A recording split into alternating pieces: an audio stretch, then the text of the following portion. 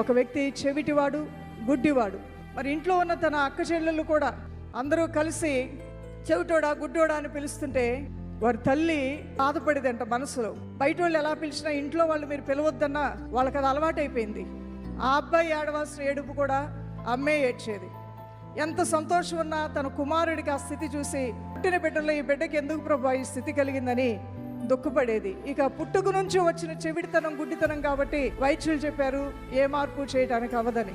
అయితే వారి తల్లి ఆ బిడ్డను హక్కును చేర్చుకొని, నా ప్రార్థనలు ఆ బిడ్డ గుండెల్లోకి వెళ్ళాలి, నా విజ్ఞాపనలు ఆ బిడ్డ గుండెల్లోకి వెళ్ళాలి, తనలో కూడా విశ్వాసం దయచేయమని ఆ బిడ్డని గుండెకి హత్తుకొని ఆమె ప్రార్థన స్పర్శ శరీరంలోనికి పంపించాలనే ఉద్దేశంతో ప్రతిరోజు ఆ బిడ్డని గుండెకి హత్తుకొని కన్నీటి ప్రార్థన. ఆమె విశ్వాసం ఏంటంటే చెవులు వినపడకపోయినా గుండెకి శబ్దం వినపడుతుందేమో విశ్వాసంతో ప్రార్థన చేస్తుంది.